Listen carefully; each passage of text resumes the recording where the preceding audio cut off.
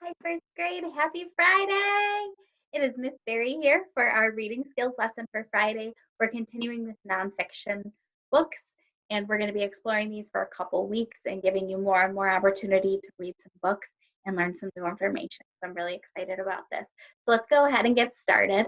I'd like to rewatch our wrap that we saw yesterday about nonfiction text features to keep us thinking about all the features that we've learned so far this week. So get your body ready for that.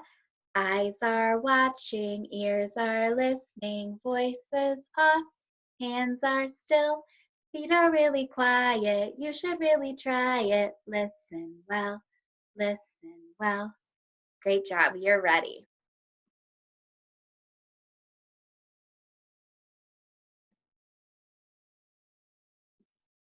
Leo here just found out he has to do a report on sloths. He checks out a nonfiction book. The title is All About Sloths. This is a little bit different from the fiction books that he's been reading. It's got all these text features. Those are the things that draw his eye to important information and help him understand all the interesting facts. Leo's gonna use those text features to find his way around the text. Yo, Leo opens the book. It looks like nonsense till he looks in the front for the table of contents. It's nothing like the table in his kitchen. It lists big topics with a short description. Leo sees chapter 2 is called Sloth Habitat. It starts on page 15. He flips to that at the top of the page.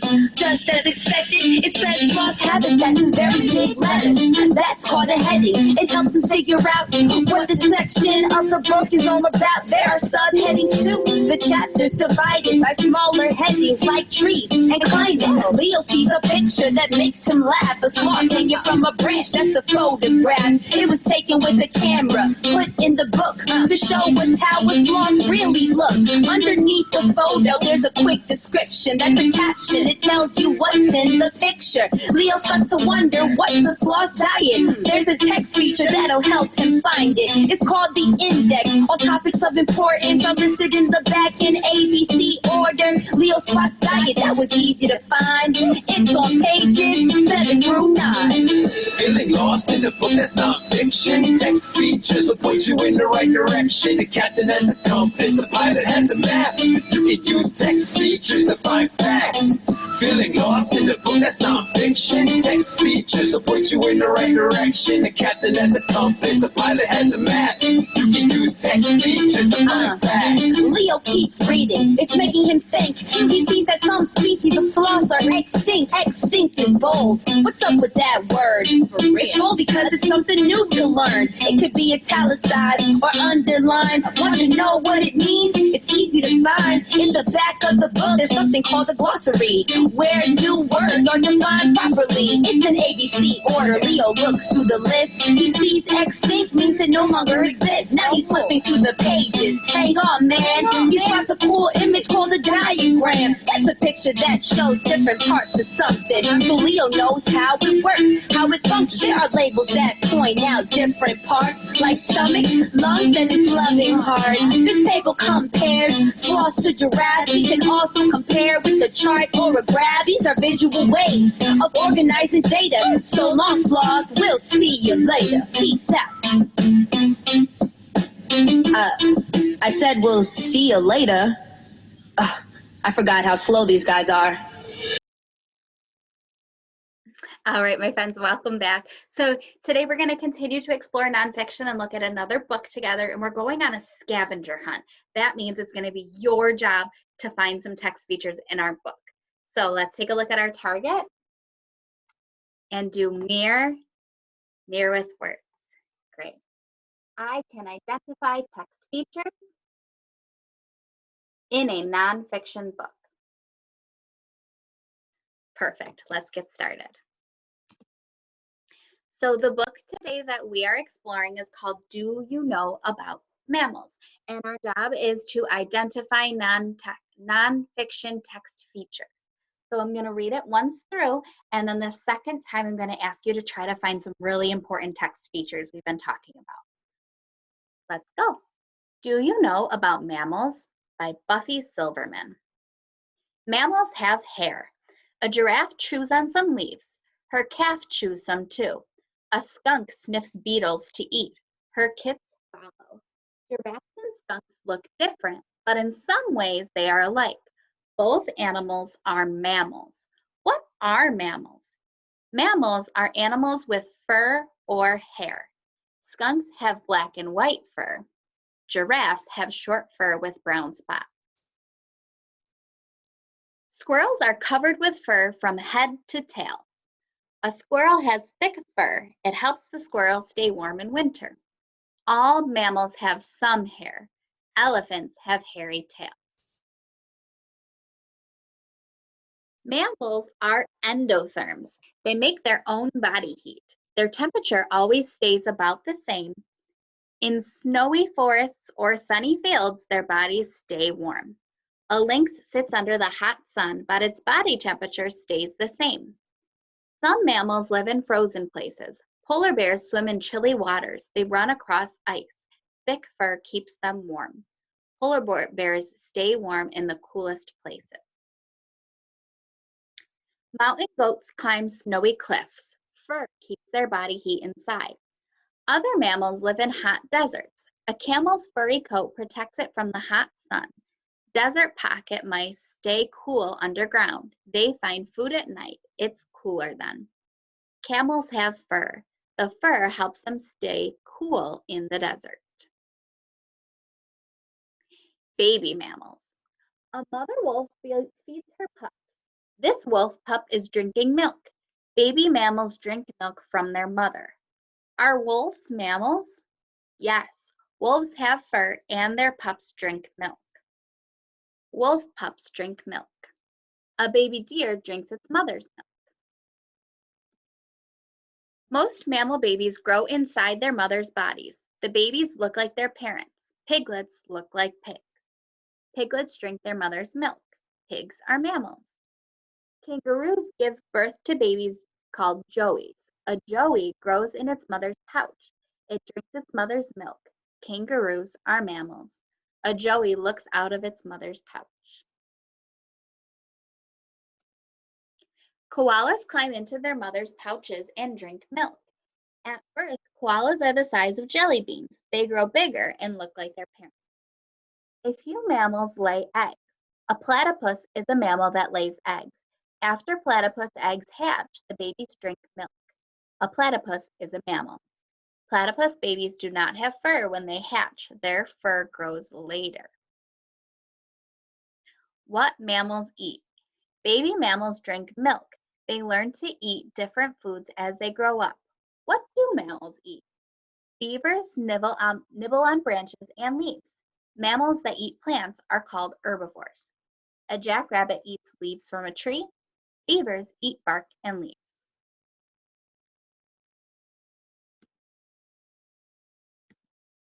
A tiger creeps close to a deer and pounces. Mammals that eat other animals are called carnivores. This tiger has caught its meal. Possums feed on insects and berries. Mammals that eat both plants and animals are omnivores. Possums hunt for food at night. Mammals live everywhere. Mammals live all over the world. They live in deserts and in forests. Some mammals live in water. Do you see hairs on this seal? Seals are sea mammals. Sea mammals have a thick layer of fat called blubber. It keeps them warm. Some mammals live in trees. Spider monkeys swing from branch to branch. They even sleep in trees. Spider monkeys live in tropical forests. Do any mammals fly? Bats do. Bats have fur. Their wings are made of thick skin. Bats hunt for insects at night. Mammals breathe air. Mammals live in many places, but they all breathe air. Dolphins breathe through a blowhole on top of their heads. Dolphins are mammals. They breathe air and feed their babies milk. Baby dolphins have hair on their snouts. Whales can swim underwater for more than an hour. Then they come up for air. A whale spouts air and water from its blowhole. All mammals have some hair or fur. Their body heat always stays about the same. Their babies drink milk. Are you a mammal? Here's our glossary. This is further reading, so it has some websites or interesting books that we might want to read to get even more information. And here's our index. So let's go back to the beginning and do our scavenger hunt like I promised. So I'm going to point to a page and I'm going to ask you to help me find certain features. When I name the feature, your job is going to be to point to the feature on the page, and then I will move the label to it. Let's get started. On this page, we are introduced to the first section called Mammals Have Hair, and we learn about some of the animals and the types of hair that they might have. Can you find a heading on this page? Point to the heading. Great. Our heading is at the top of the page, and it tells us that this whole section is about how mammals have hair. Beautiful. Can you find any bold or colored words? Perfect. So there's some special text right here. These words are colored, but we'll call them bold. They stand out because they're a little bit more important. How about captions? Can you find any captions on these pages? Point to the captions.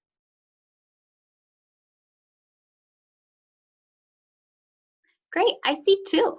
There's a caption here that says skunks have black and white fur, and a caption here that says giraffes have short fur with brown spots. A caption tells us more information about the picture. Beautiful. All right, let's skip ahead a little bit to here. Beautiful. Now, when we see pictures that are real, we call them photographs. Can you point to the photographs?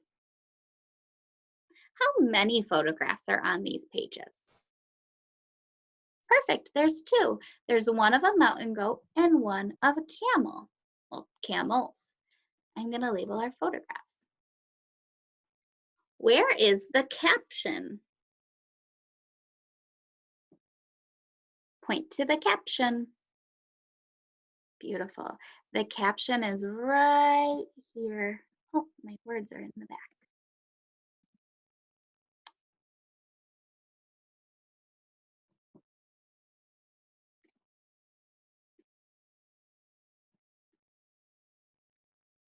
Where'd my words go? They disappeared on me. That is the caption in the middle of our page. Unfortunately, it's being a little silly on me. That's okay. All right, take a look at this one. This right up here at the top, do we call this a heading or do we call this a table of contents? I can't fool you. Yeah, this is the heading. The heading tells us what this section will be about. This section is about baby mammals. Wonderful. And I see more captions on this page like we've been talking about, and I see some bold colored words. So this is going to be where we learn more information. We want to pay attention. So there's a question actually. It says, are wolves mammals? And then we learn the answer. Great.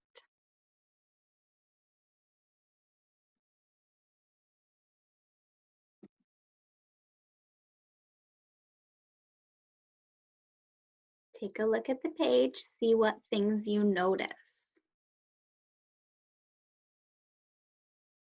Where is there a photograph?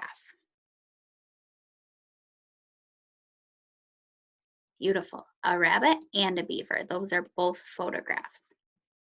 So I'll put it down here for both. What about captions?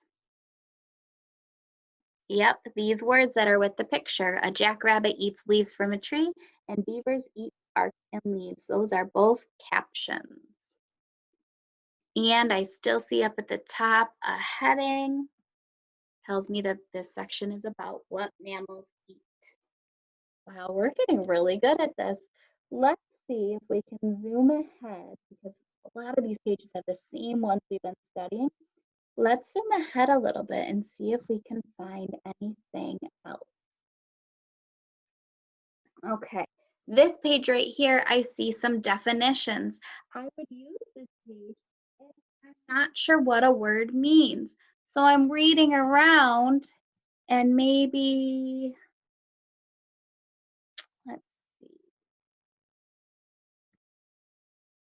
maybe I'm reading this page and I don't really know the definition for some of these words, like what is a mammal? Or maybe I don't know this word here. This is a big word. Mammals are endotherms. An endotherm, what is that? When I don't know the definition, what should I look for? I need to find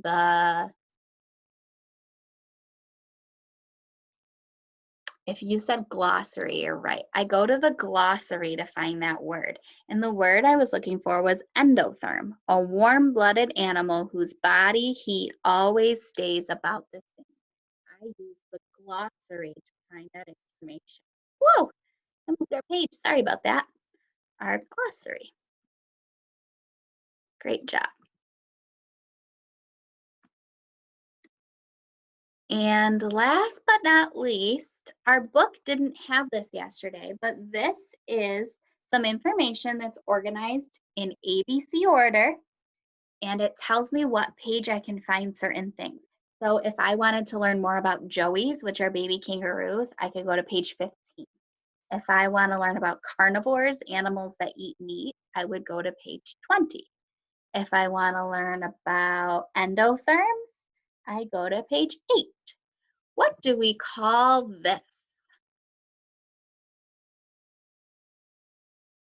This is an index. You are correct. So I will label it.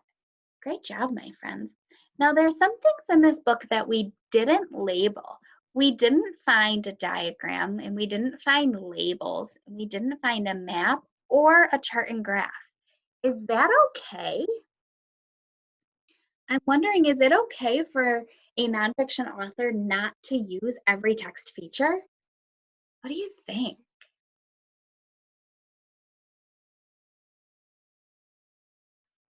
I like what you're thinking. So yeah, yesterday we talked about this a little bit, and it's okay. Some authors don't use every single nonfiction text feature. They choose which ones will be helpful for the information that they want to share with us. So this author didn't use a map because they didn't show us places in the world, and that's okay. And sometimes these text features aren't going to be in every single book, but they might be in some of the books we read. So we want to know that we can recognize them and know how to use them when we do see them. So we'll keep studying them and working really hard. So all week we've been working toward this target. I can identify text features in a nonfiction book. And you've been working so hard. You made an all about nonfiction text features book on Monday and Tuesday. On Wednesday, you matched some words to the pictures to show me that you knew what those features were. Today, we're going to play I Spy, and you're going to have to match them one more time. And I know you guys will do it. So let me show you what your assignment is today. Today in Google Classroom, you're going to pull up an assignment that looks like this. It's called I Spy Nonfiction Text Feature. When you are on this page, you'll be able to see our table of contents, index, bold print, diagram, labels, caption, glossary. All of our text features are listed. And then you'll see there's some empty spots right here that if you click, a text box comes up that you can type in. You're going to need to find these text features and tell me where you found them. So for example, if I'm looking for the table of contents, on the left side of my screen, I'm going to look at these pictures and I'm going to see which picture is the table of contents. When I go back and look, I see this one right here. Tells me I'm learning all about bats, and it tells me that on page 2, I'll see the types of bats.